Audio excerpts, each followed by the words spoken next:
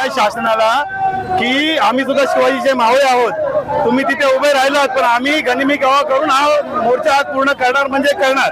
जय शिवाजी. या ठिकाणी मीराबाई चौगुले हा मराठी माणसाचा आवाज कोणी काढण्याचा प्रयत्न करत असेल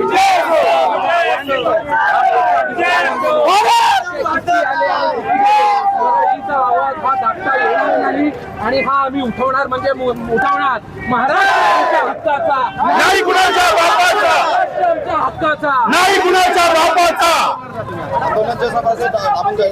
मी स्वतः भारतीय जनता पार्टी असून मी मराठीच्या अस्मितेसाठी आणि